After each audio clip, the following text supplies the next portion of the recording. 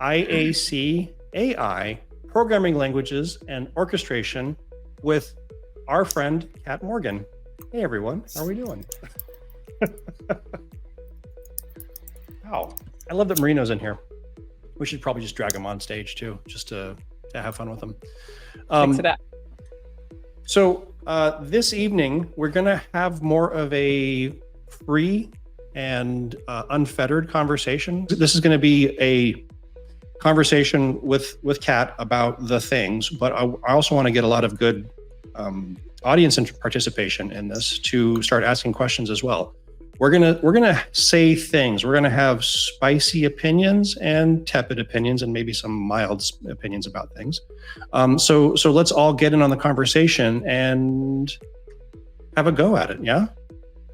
Yeah. Kat, let's move this back to a little bit more of a casual conversation. There we go. Look at this. There we are. We're all there. Look at, hey everybody. Damien, how are you doing? I'm really, really good. I'm fantastic, actually. I just painted my office nice shade of blue, got the art on the walls. I was going to say, that looks really good, your background. I mean, Kat's background is better than all of ours, but yours is second. Yeah, absolutely. Yes. I feel like that solid dark color is bold and modern, but understated. So your lighting just brings out your face. It's very well composed. You're doing good. Thank you. Thank you very tell much. She's making fun of you for that. It's okay. No, I will bring out the sarcasm, but I'm impressed. I saw the color and I was like, that's the one. That's it. It's kind of like how you saw the color, you saw your shirt, you were like, this is happening. Yes. Yeah. Next steps are to do LED strips on the ceiling and kind of make it fun. So I'm doing fantastically. Thank you for asking. Nice. How about you, Kat? How are you doing? Unlike you people in Texas, I am enjoying the summer weather. It is warm 74 degrees. It's been solidly in the 60s for the last week, so I'm feeling a little flustered from the heat. But overall, things are going well here. I am gearing up to start a new adventure that I'm super hyped about. Can't wait to tell people when it's appropriate to do so. Is it currently not? It's out of this world. What? That's a hint. and for the prize for today's vBrownBag is if you guess the place where cats get. No, I'm kidding. I'm totally joking. No. Wait, there's prizes? How do I win a prize? I like prizes. Well, unfortunately, as the By not being presenter, a guest. your prize is to hang out with us three schmoes. Okay. But if you're in the audience, we are tracking all conversations in the audience area. And when people talk, then they get entered into a little giveaway at the end. And we do a randomized doohickey, push the button, and then somebody wins. Yay! And honestly, Kat, if you also want some AWS credits, I'll be happy to give you them. Yeah, you know what? I feel like I could serve those on the black market and scalp them, kind of get a little bit of profit off that. And now that you've said that, you're not getting any credits. Totally cut off. You're done. I'm in Absolutely trouble done. already. You gotta tell me when there's rules. Man, 5 minutes in, you're already cut off. This is ridiculous. So, back to your weather. It's really that cool there. Oh yeah. I'm super jealous. I moved close to Canada on purpose. I take back the hurtful things I said about Oklahoma. Wait, you're not there right now, If we right? have anyone in Oklahoma, we're all dogpiling on Damien later because he was saying extremely he's like, Oklahoma, why are they even, around? Totally anti-Oklahoma. Yeah. Very.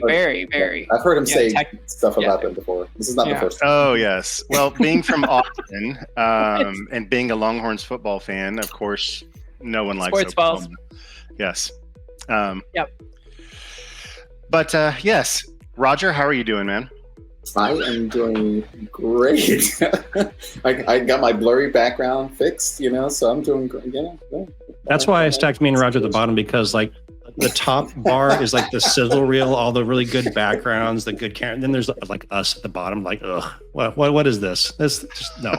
There we go. Well, the way you're supposed to compose, that looks way better. The way you're supposed to compose visuals, right? The human, at least the Western, left to right readers, they look at a picture, they the vision comes in at the top left, it loops down at the bottom, and then you finish out the top right, and that's kind of how the human brain perceives and processes images. So with this composition, they see me first and they're like, oh man, why am I still here? And then they see Chris and they're like, I got this, and Roger, and then they leave on Damien, and that's just how our brains are wired, and I feel like you composed it well. I'm going to need that study. As a psychologist, as a cloud therapist, I need to read that study so I can grok that fully. Okay, well, I learned my art history from the 90s, so we have no idea if that's accurate. Everything changes like every 10 years anyway. Oh, there's a new study out. Eggs are bad for you. Now they're good for you. Basically. Okay. There's a bunch of people here, and they want to learn about the things that we told them we were going to talk about.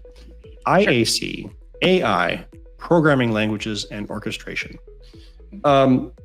Dealer's choice.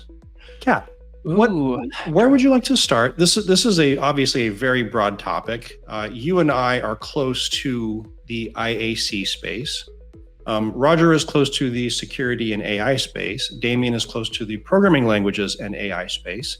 So we have a plethora of opinions and ideas, and we're all old hats at this business. So we're jaded. We're old battle scarred veterans. Where do we want to start? We want to start spicy and then just get worse, or how are we? I want to try something, and I have no idea if this is going to go over well. But I feel like you guys are good with rolling the punches. So if we get bowled over, we'll just recover and find another way forward. But I'm curious, with each of you having a different set of kind of disciplines and strengths in your own professional experience, if you each want to just pick a topic that you find particularly interesting in the industry right now, and then I'm going to try and weave it all together to open up a larger conversation just to see if it's possible. But I think I can do it. It's like up close magic. I think we'll see if it works. Any card. Yeah. So we're going to go in the order of how, we see this composition here. So Chris, you first, just throw something out there that is a topic. It can be macro, micro, something that is intriguing to you in tech right now. Intriguing to me in tech right now. So I will say that I am currently in the process of learning the Go programming language for the express purpose of flying to Canada to teach the Go programming language through the lens of infrastructure as code and Terraform modules and API calls and stuff like that. So I am currently fascinated with artificial intelligence as a tool to enable learning. I'm literally, I have the Chat GPT window open over here. I've got the GitHub Copilot window open over here. I've got the Go learning stuff in the middle that I'm trying to stuff into my brain. And as I'm trying to stuff it into my brain, I am asking Chat GPT, questions. I ask the exact same questions to GitHub Copilot to see which one comes out with the better responses. So I'm kind of doing this cross-referential LLM bake-off right now from the lens of learning. So that's what I'm doing. Okay, now I'm making up rules on the fly. Roger, Damien, you don't get to pick what Chris wrote or what Chris said. So Roger, you're next. That's now Chris, I'm gonna call you out because I said pick a thing, and then you're like, well, there's this group of 8 different things in front of me right now. Oh, okay. Well, I can narrow it down. That's okay. No, it's okay. Roger, go ahead. I am currently more obsessed with AI, cybersecurity, and finding vulnerabilities within AI, within certain models. So I am super curious to poke and prod at that topic in general. We'll get back to that, and then Damien, your turn. Not to be outdone by the other two. Let's see what you got. Don't pick AI. Don't pick AI. You just cut off both of his legs. Why would you say that? You can't chop the man down before he even tries. I don't know if y'all listen to the Behind the Bastards podcast, but I'm actually finishing a 2-part thing about kind of what they refer that's to a good as podcast. That's a really good as podcast. the cult around AI, which is pretty interesting. It's very. I actually really love the podcast. I started listening to it yesterday, and I listened to it for like 9 hours straight. So it was pretty crazy. Anyways, technology.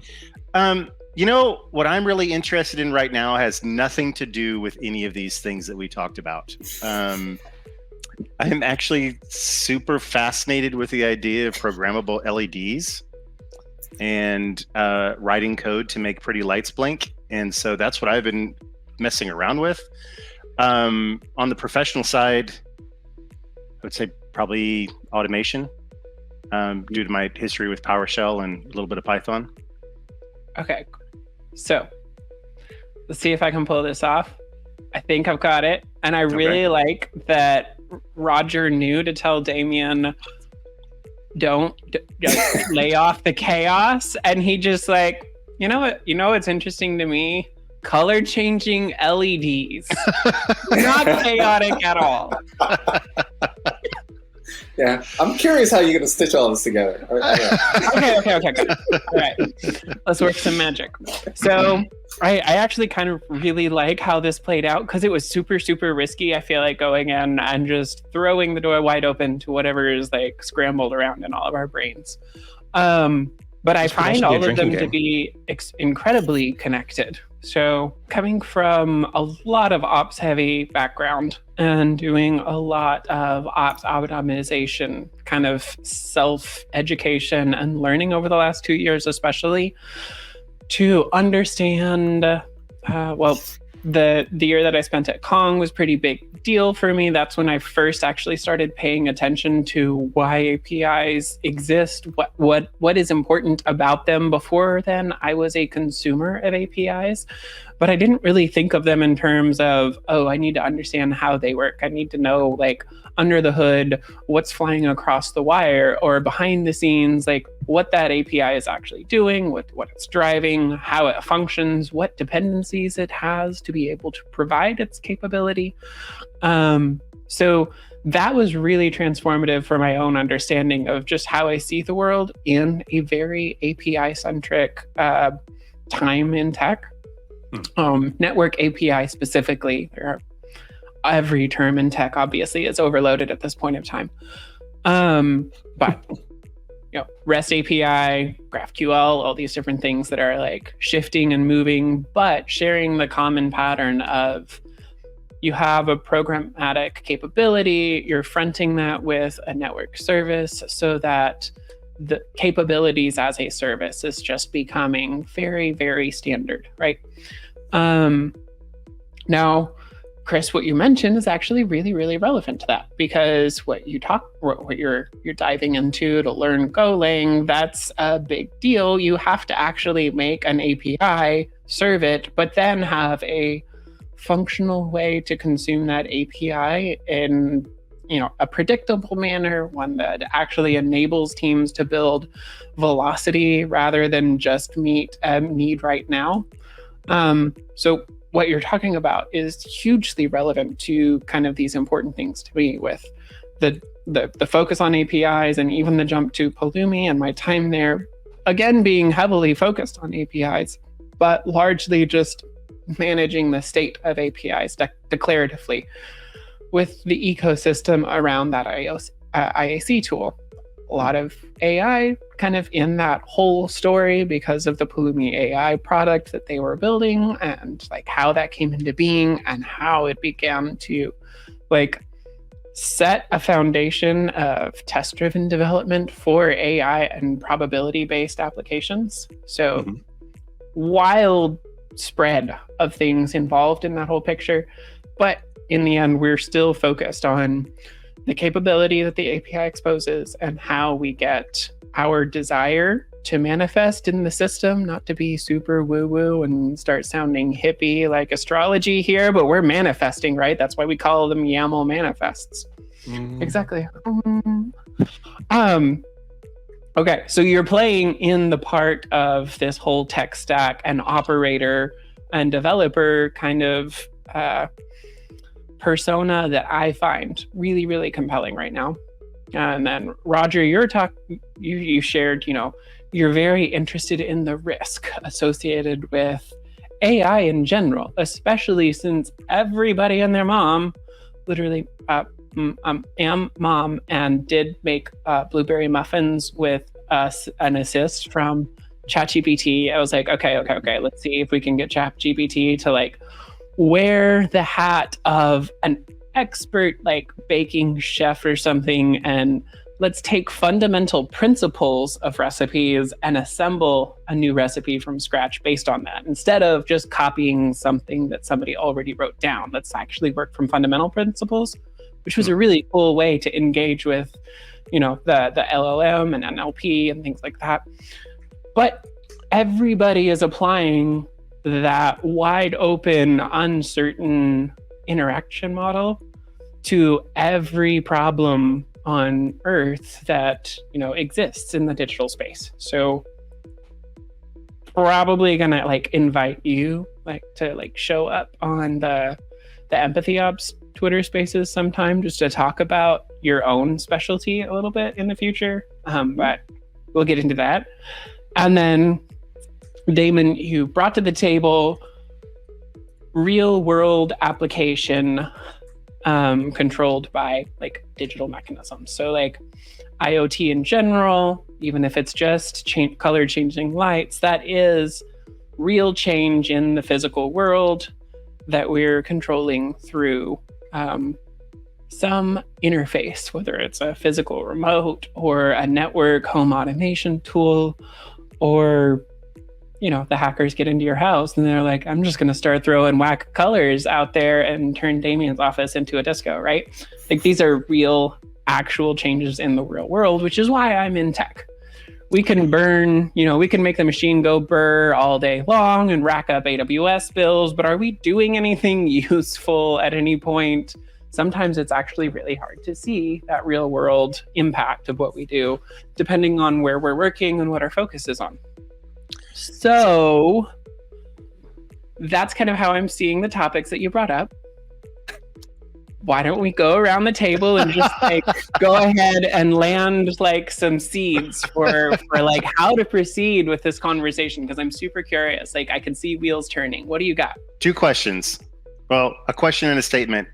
No one would need to break into my office to make it a disco because they already would. It would already be a disco. That's the point of it. And how did the muffins turn out that ChatGPT made? I have big plans for them. I went to the county fair last weekend, and I was not in an official capacity, just in the most Karen way possible. I was judging the other muffin entries there, visually, because obviously I have big dreams for next year with getting a blue ribbon on my first ever attempt entering food into a fair, which was never actually on my radar as a goal before. But suddenly, apparently, you turn 35, and it's like, you're gonna be super Betty Crocker. It's like time or something. I don't know. I honestly can't explain the reason, but this is happening, and I'm gonna win. It's the Midwest coming out. Baking desire. Up next on vBrownBag. Oh yeah. So yeah. I don't bake. I smoke a lot of meat with my smoker. Yes. I tweeted I still think it's funny where he says it. for Kat's purposes, I tweeted a picture of a pork butt, which is actually from the pork shoulder. Yeah. But they were historically, they got their name from history. So anyways, I tweeted that I had a really nice butt. So anyways, I actually asked ChatGPT just now, how would I smoke a pork butt? And I'm a little bit iffy on how it told me to do that. So that's why I was asking, what about the blueberry muffins? Did it say a teaspoon of nitroglycerin or? I went at it, and I was initially really disappointed, which is why I stepped back and I was like, okay, I need to adjust my prompt engineering approach here.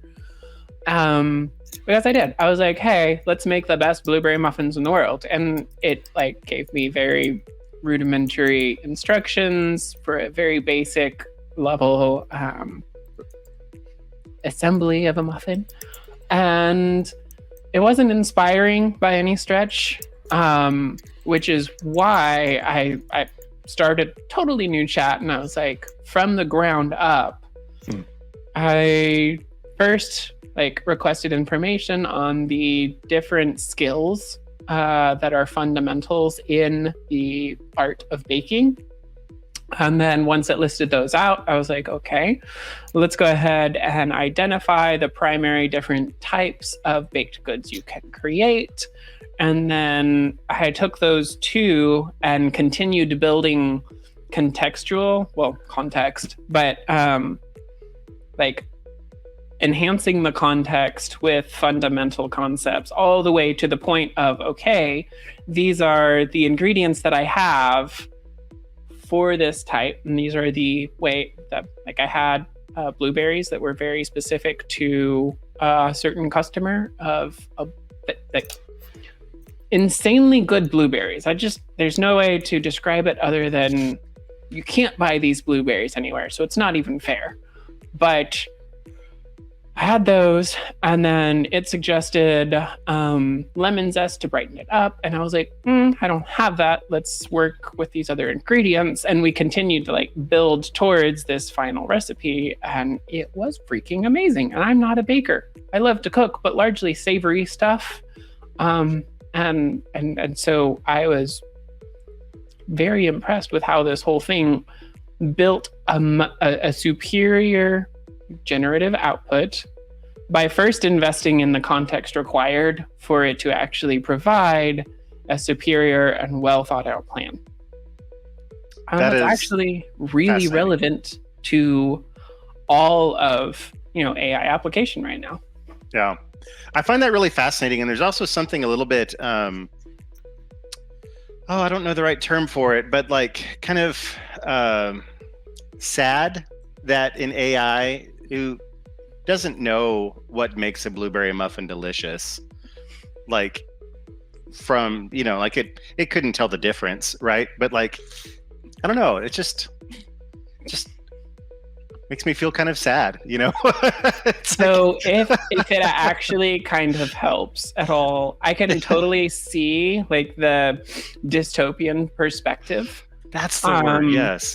But again, I am not a baker, so at one point of time it was using very specific terms because so I focused so much on fundamental decision making that I needed 3 totally different types of sugar. I needed turbinado sugar. I didn't know what that was.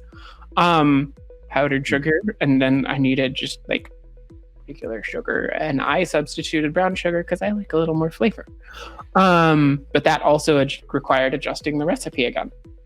But anyway, so because of this very low bar and comfortable engagement model of NLP, I was emboldened to learn about things that I wouldn't have been if I had to sort through all of the different ads and everybody's life stories to find the fundamental details all spread all across the internet that I would have had to learn or buy all of the books.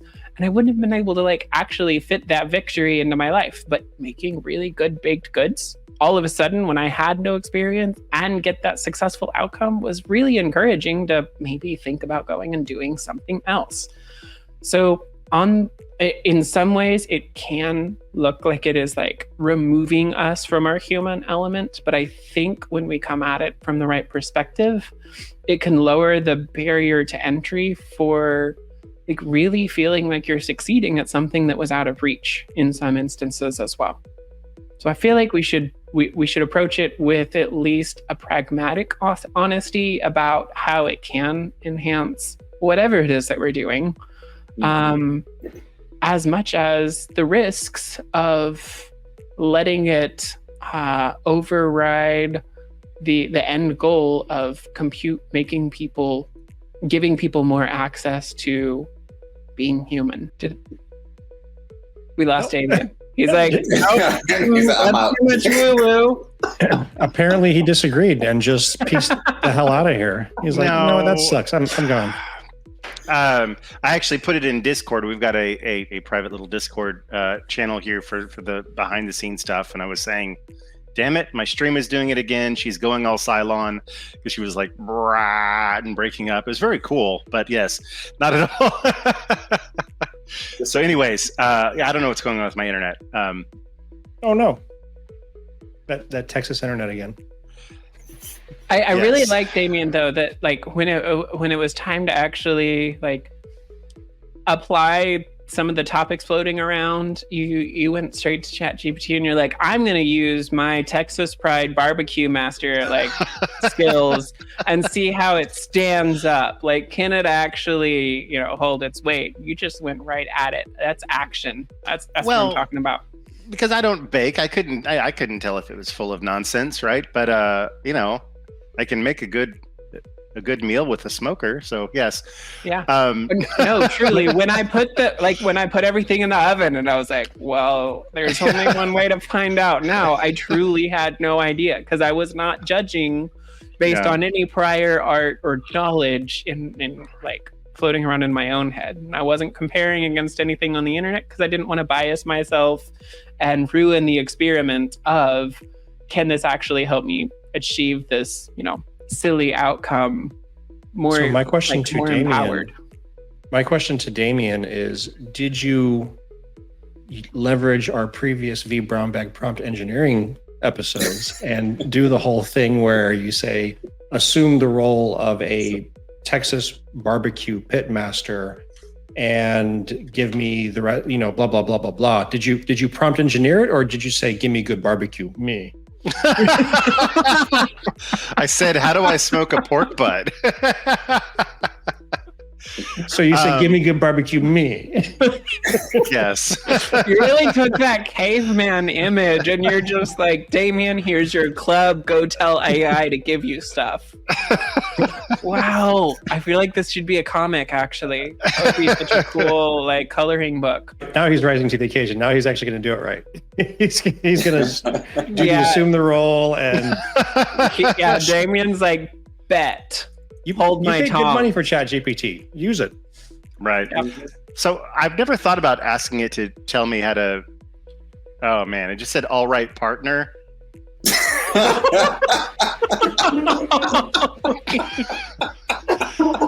Y'all.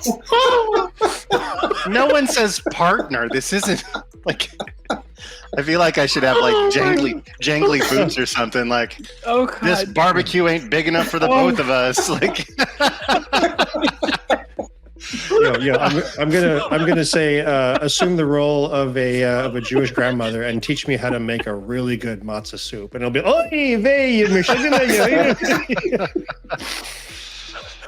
Oh, gosh. Did you forget to pay your bill? That's why it's calling you partner. To the mic. This is already unforgettable. And all we've done so far is get Damien to give his like first response. So Roger, it's your turn. Like, we had like Chris bringing up that whole like the human operator in the loop of all these tools. Damien is trying to do like LED stuff and barbecue stuff with AI. And sorry, I'm like totally leaking now. Human unit over here. And Roger, you're all about the risk of applying AI. So with the madness in the house, like how do you feel like all of this wraps up into understanding your own perspectives on life, the world, and AI? Wow, that's first of all, it's a really good question, right? So from the security perspective, I always kind of look at it from the outside looking in. So forget about just looking at the LLMs that people or developers are creating, or organizations are creating, or whoever's using an LLM in a cloud environment. What can happen if somebody can actually inject information in there, bottle poisoning, or if somebody can attack the LLM from outside of the environment and basically either obtain sensitive information, because we do know that developers have a tendency to not necessarily always use training data, sometimes using some kind of production data, and Depending on where they're putting this information, right, it can be susceptible to either attack or some kind of malicious intent from somebody else on the outside. Okay, so you've got that. Then you've got the infrastructure that actually holds this information, right? How to you have to actually protect the infrastructure either through some kind of authentication, encryption, some kind of methodology in which you're securing the infrastructure itself. So are you protecting the infrastructure? And then once you are protecting the infrastructure, are you protecting what's on the inside of the infrastructure itself, right? The elements as well as the data itself. So that's the kind of the approach that I look at it from outside in. Okay. So I imagine if you're looking at the risks of production data, like we really just cannot let Damien's like secret sauce, like that secret ingredient in there. Tamarind. Yeah. It's tamarind. We cannot let that secret like ingredient out into the wild, but the LLM is trained with that potentially included. That actually can be pretty risky, right? Because that winning recipe is worth what, a solid $60,000 to the right buyer. For the right partner, yeah. The right partner, that's right. Howdy, y'all. Okay, so I understand, at least to some degree, a lot of the PID and other like secret information can be walled off if you strictly enforced, high walls around your AI garden, so that only people. You're kind of getting back to that whole trusted network paradigm almost, even if you're using SSO to actually reach that endpoint. You're just assuming anyone with those SSO credentials has equal access to whatever secret information is in the AI app behind it. So like, especially with things like RAG, where we are putting live production real world information there at the fingertips of the LLM, what do you see as patterns right now for making secure information safe to use by an LLM, but not at risk of leaking by mistake into the wrong persona or wrong hands, what have you? Oh, that's the question. So I did mention before, either using some type of encryption or better yet, taking that data and either obfuscating some of the information out of it or changing the information in it. This like, okay. Might be distributing keys, but they're invalid keys. Yeah, right, or even temporary keys, right, as opposed or just to rewrite all of those secrets, foobar. Secrets, yeah, exactly. Okay, so one of the things that I've been, and this is just me like completely drifting off into like dreaming about the future, but I see a lot of RAG where it's assumed that if the key value, just whatever it is, that semantic pointer is retrieving, that like that pool of data is equally perceived as accessible by the LLM, and it has no strong discrimination between safe and unsafe information. Have you seen like the RAG ecosystem or like controls around that figuring out how to distinguish between? Or is it just the brute force, we can't put anything in the RAG database that's not allowed, or we can't give access to this app in a space where that shouldn't be leak? That's really tough line to draw and still maintain a functional value, right? Mm-hmm. So I have not seen that one myself, right? Okay. But I will jot that down as something to kind of take a look at. Right? So one thing that I have been playing with a lot recently, dabbling with, something that a friend and I at Red Hat got started with, just using OCI as a generic object store, almost like completely analogous to S3. But exploiting the fact that OCI includes the ability to publish manifests with content address pointers to the blobs where the objects live.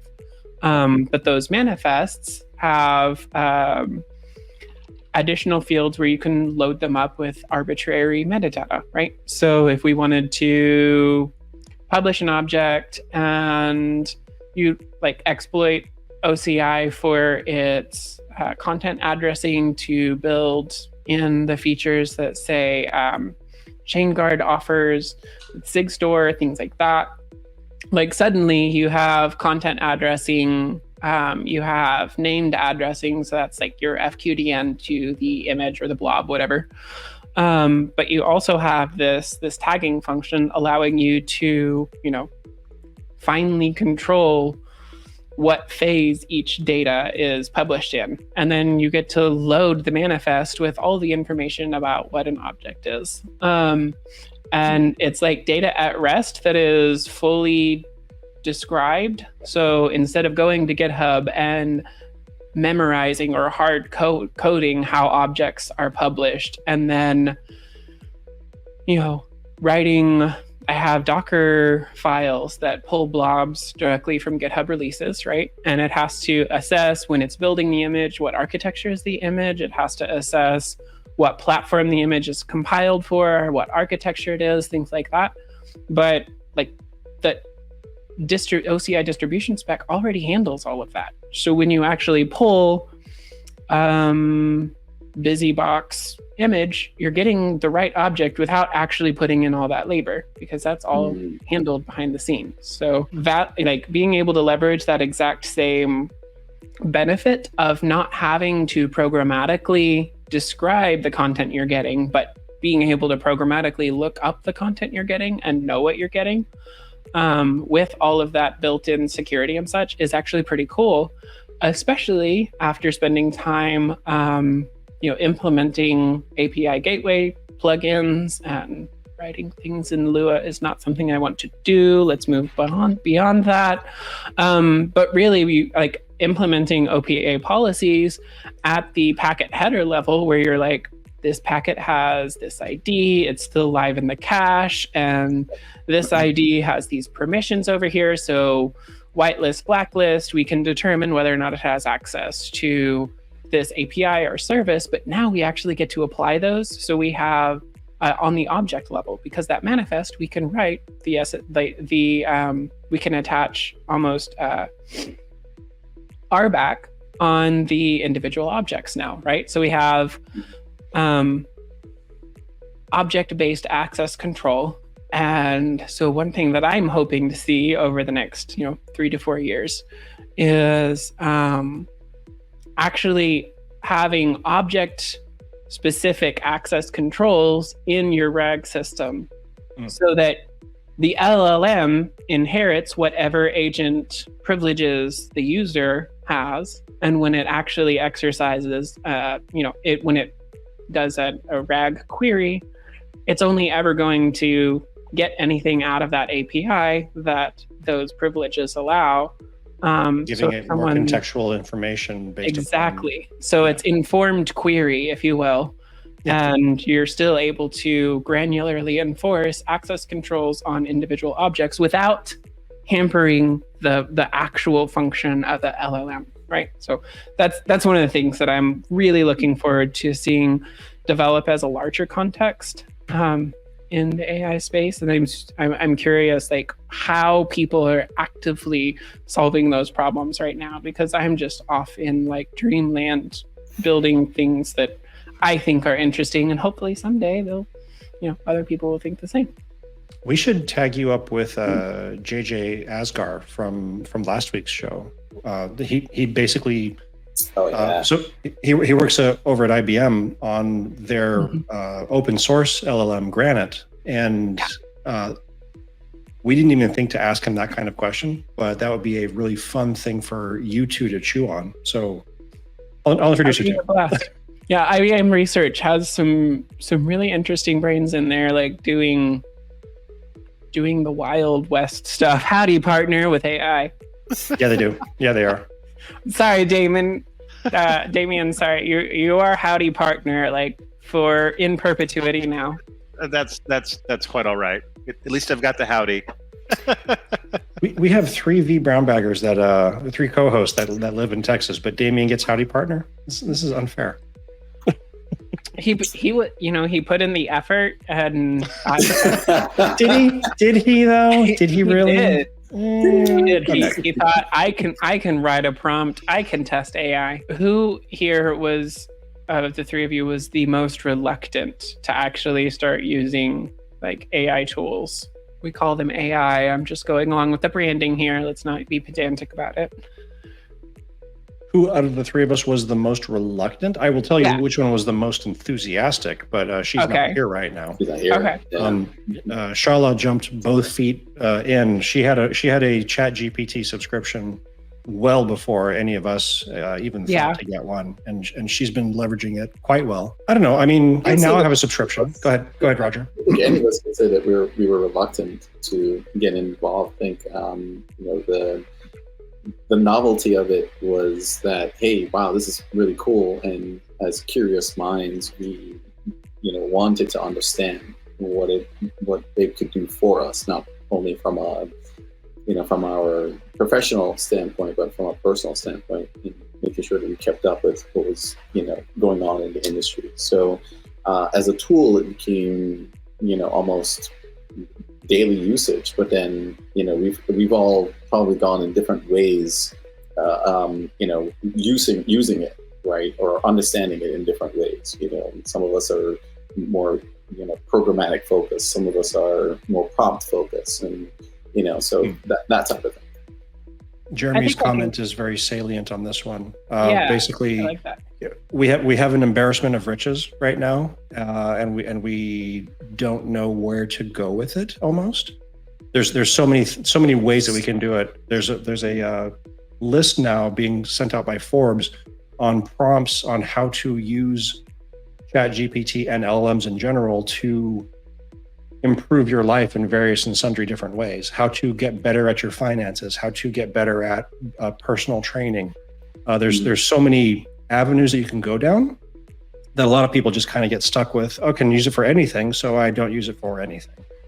Yeah, I've done that. I definitely I hit fatigue, and then I'm like, I'm not going to touch AI this month because I'm going to use the skills that I have and keep those tools sharp and not keep acting like an experiment sitting in a seat, trying to get to a desired outcome. So maybe I can ask a more specific question. I'm interested, Chris, in how you see AI, especially right now while you're figuring out Terraform provider authoring and things like that. Mm-hmm.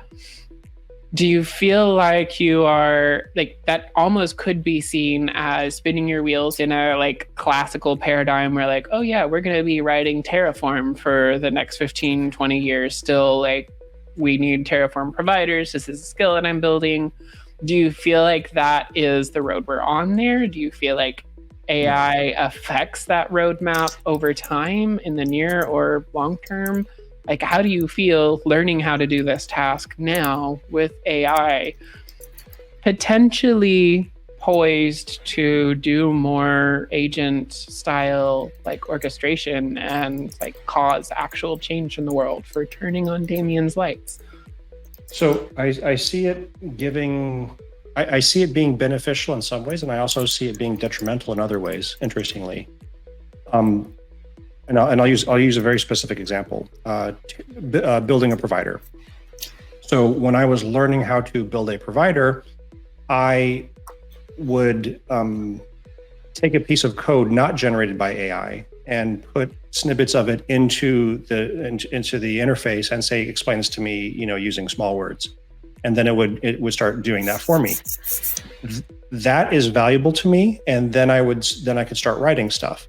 What was a detriment to my learning was turning on Copilot and having it start auto-completing stuff, because then it's pre-filling stuff that I don't know what it's doing. And so it got me more confused. So I turned off Copilot inside of VS Code, but I left an interface running on the side so that it wouldn't get in my way. Right. I like that. So I did some of that kind of same workflow with learning to write Pulumi providers. And I have half-baked Pulumi providers laying around where I reached a point where I was like, oh, I know how to do this now. There is no way I have the follow through to finish this.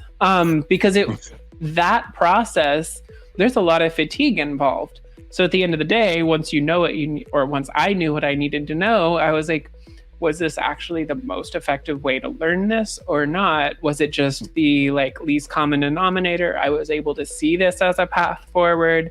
And so that's the road that I took. Or, classical software devs would probably look at me and be like, we don't use this in our daily life because we actually understand the system and we understand the patterns and we're thinking in those terms already. So it would have slowed us down. We would go look at the API docs or what have you, and then just run from there. And I'm still uncertain, if it is a net positive to our practice as ops people yet, or if we're still so bewildered by where should we and should we not apply it, that it's still in, I feel like we're in our petri dish phase. There's all kinds of things growing on the petri dish, but eventually the patterns that last are going to outlast the other things that we're doing. And I'm wondering what that's going to look like. Well, I think there is for me, the bright line delineation for when AI goes bad is when it's making code changes that I don't understand, and then somebody pushes to prod or whatever. If the AI is making stuff that is beyond when I say I mean the developer in general. Yeah. If somebody is leveraging AI and copying, pasting it, just like, Stack Overflow, copy, paste, stick it in, and then just hit go. And if it works, great. If they do it for that reason, that's using it for evil, and that's bad. If you are leveraging it as a learning tool and it's helping enable you to, grok the information better, then that's great. So that for me is that tipping point. And I know that, for some people that's not their tipping point, and that's when that's when things like, Twitter streams break down after only a couple. Never mind. You did Sorry. it. You did it. You did it. I did it. Thanks. What is DDoS anyway? I'm sorry, not going there. No. So I like that you're looking at it from what is constructive. In my experience so far, getting AI to do useful things works better if I make the problem smaller.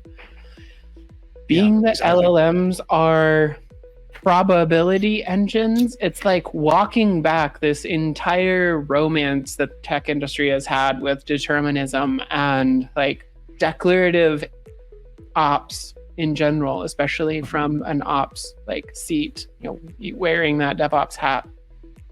The confidence of knowing exactly what's in a PR and how that's going to affect the outcome, there's a lot of business value from that when you extract the technical conversation and you're talking about how that impacts our daily lives. And it's almost like this fling with AI popping up is we lost sight of this really high value of determined confidence in an outcome. And the only way that I've seen with AI so far to get that back is making the problem that the LLM solves really, really, really, really, really tiny. So I feel like when I was doing a Pulumi providers, I had my Hello World Pulumi provider. And every time that I had a problem that wasn't quite making sense quickly, I would transpose that one little problem, that puzzle, into a reproducer of sorts in the simple Hello World Pulumi provider. And then I had a lot more success with the LLM actually writing that feature correctly or explaining what I needed to find out or working with me so that as I was debugging things and trying to solve the core of the problem, whatever I was running into, it had a fewer number of probabilities that it could tangent off into and go entirely the wrong direction. That takes a lot of labor So it'll be interesting to see how we translate that from the human being the agent regulating the LLMs to building layers of meta LLM agents like, hey, LLM, I need this thing solved. So it breaks it out into almost, your Jira ticket of here are the requirements and conditions, and then actually manages smaller LLM tasks under that. It is what it feels like we're going to have to be implementing soon, especially after watching the Pulumi AI product develop and improve significantly. It still feels to me that like the LLM itself has to have a top thread where it's like evaluating almost in a cognitive matter whether or not the generative output is like meeting quality and being constructive or not. And there's actually I was reading somewhere where they're actually starting to do a bit of that, where certain LLMs that are better at math, they get that chunk of the task split off to that LLM. Other parts that are better at cognition or natural language, all of the different things that different LLMs are better or worse at, they get their task. So I definitely see it going along that path as well. So I'm really curious if that is going to end up affecting what people think about when they think about writing orchestration code and automation code, or engaging with whatever interface we use to orchestrate compute. Because I almost feel that providers on the whole are a lot of energy invested in something that we can declare and eliminate possibly with, for example, people have a common talking point when people aren't familiar with Pulumi specifically is they think, oh, it's a wrapper around Terraform. Because of that whole bridge provider paradigm, which is what allowed them to build a catalog quickly of things that they could do with that tool. And what actually exists in that bridge provider is a cleaner way to consume the Terraform API spec. So that spec written for Terraform providers is more verbose and clear than an open API spec. So it almost looks to me like we just need to improve how we publish APIs and capabilities that describe what you can do with a function, so that LLM in general have a cleaner understanding of what they can do in the world.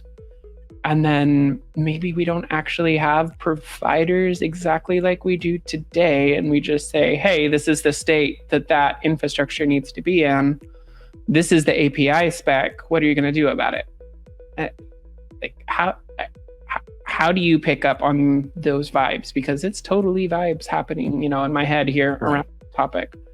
And then to compound upon that is the additional like ops burden layer, I call it, where the developer is making architectural decisions that might be counterintuitive to an ops person. Like, no, you don't want to overburden this layer of it. You have to chunk your data into smaller bits or something, or spread your table out flatter or something like that. And there's that gap, which you have to have deep architectural knowledge of the infrastructure to do. And people are just like, no, I just want to put code down. I just want to do my thing, man. I just want to make my website and make $1 billion. I'm like, yeah, but you're running it on a Raspberry Pi. It's not going to work. So I feel like that's a dare. Bet. Yep. Yeah, hold my not Stanley Cup. Interesting. So Ravi just said he found a limit on Copilot in that he's been looking into Carbon, which is the Google language, the language that Google created to replace C++ in 2022. And he's not getting a lot of love from Copilot because it's so new. Right. Yeah, That makes sense. So LLMs, this brings up an interesting thing about what it takes for an LLM to be effective. Because LLMs don't do any actual logic, right? They have a ton of an LLM is what? It needs prior art. It needs to copy from somebody else. Yeah. So an LLM fundamentally is a mathematical expression of relative semantic meaning, right? Like when you think about what is a token, there's lots of ways to describe it, but fundamentally it's a string coded in human language that is associated with, well, specifically for RAG, this is really clear and obvious.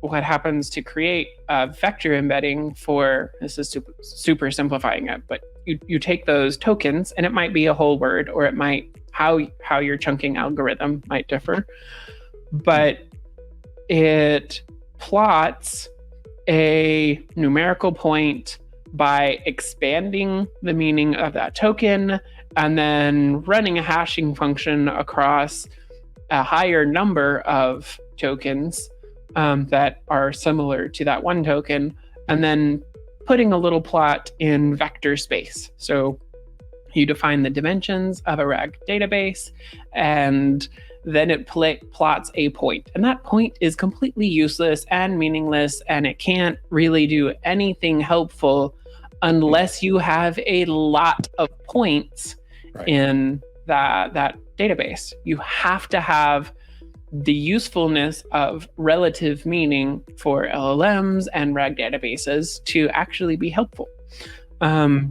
Because they don't understand semantic meaning, but they know what the semantic meaning is relative to whatever other tokens that you're using and how they're ordered.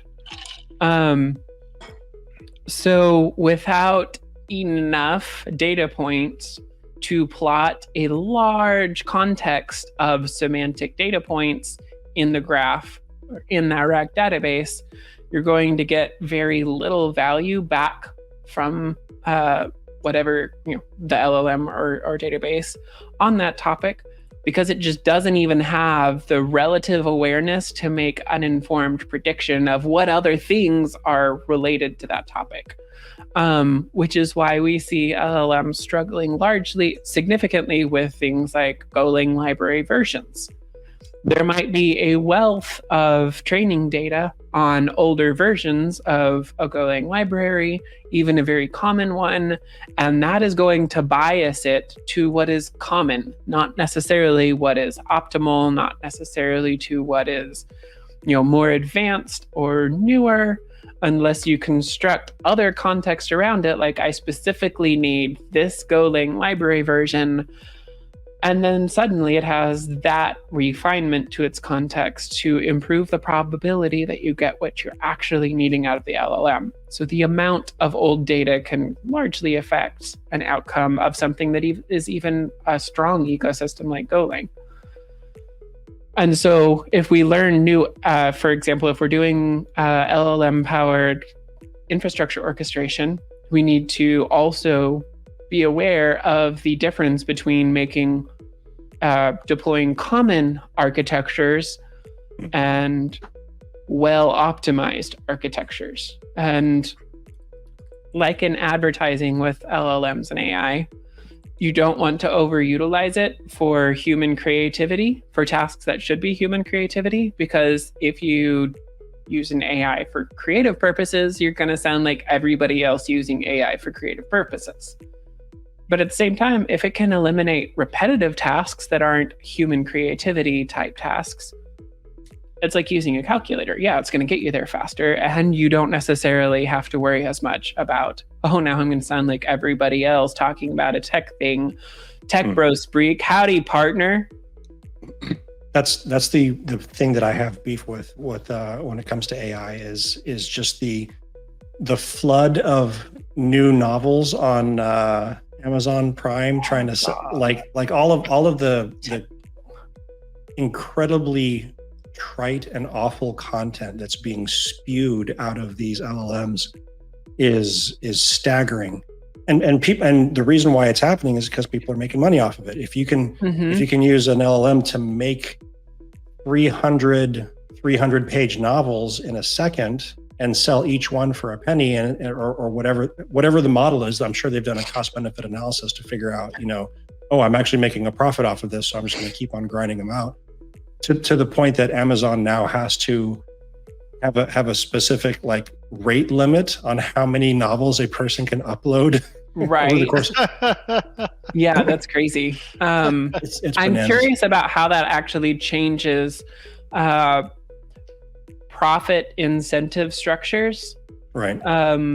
Because I mean, in some ways, like there was a risk after COVID of people struggling to do in-person events and stuff more, do in-person engagement with people and things like that.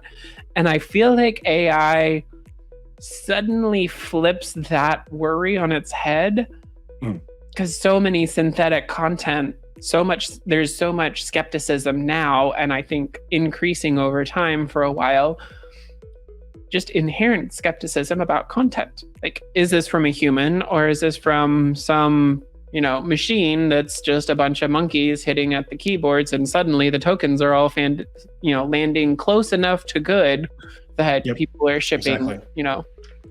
But I mean, on the other side of that, though, there are people out there using it for good. We've got one, a friend of ours who's going to be on the show, Linda Mohammed. She's created she's painfully camera shy, so it's been I can't get her on the show. It's been a while. I've been trying to convince her. But so she's created an AI Linda video persona that she can just upload the script to, and AI Linda speaks to the camera and does the things on video with lips moving and everything, and it looks really good. This is like a digital assistant for her to get over her camera shyness, and she's friggin' brilliant. So I want to get real Linda on here and AI Linda and have her do a show and tell on that. So I mean that's a really good use case for it. But then there's also like ventriloquism. Basically, yeah. Slightly different. Yeah, that's so cool. Make this one say words. Chris is the best. That's right. Oh no, plagiarism. See, this is one reason in-person stuff's gonna matter. Hearing somebody say something, you're gonna know that it's actually them. Right, totally exactly. Not robots. You decide whether content or code is AI or human or person created. Yeah, absolutely. It's definitely, and I think that there are places now that are actually making that be a thing, where you cannot just upload. You have to have citations if you're going to leverage it via Copilot or something. You get like a little tag that says this was made by AI. See, 2025 is going to be the year of the NFT crypto bros. Everything's going to be an NFT. Everything's going to be an NFT, because you're going to have attribution now, right? I say this like foot in mouth, knowing that this is stabbing me in the soul. I don't want to live on this planet anymore. That's our show for tonight, folks. Everybody have a good evening. We'll talk to you later. Bye. Light it on fire. There we go. Publish it. We're going straight to prod. All right. Actually, now that I say that, we are actually a little bit over time. Kat, this is awesome. This is super blast. Fun. And like, I want Roger's opinion on that NFT stuff. So, I'll have to find where you guys are going to be in the future. Maybe KubeCon or who knows what. I want Roger to turn a light on in his house. What are you doing? You look like you're in a. He's like, he's like, I'm worried about security and threats because I am the security threat. Yes. I am the knight. Right? I am Batman. Yeah. He's hiding in the shadows with a knife. The bat cave in the back. Yeah. Damien, you're like 3 for 3 right now. Hey. This is going to be one of those things where you see like hands come around Roger's neck on the side and just yank him off the camera. It's one of those horror movies. Really holding grudges against kitties chewing on LED light strips and things, and Nerf darts shooting at at people and things like that. Like so Hey, much violence. Via What happens robot in the cars. pre-show stays in the pre-show. Oh, I'm sorry. My bad.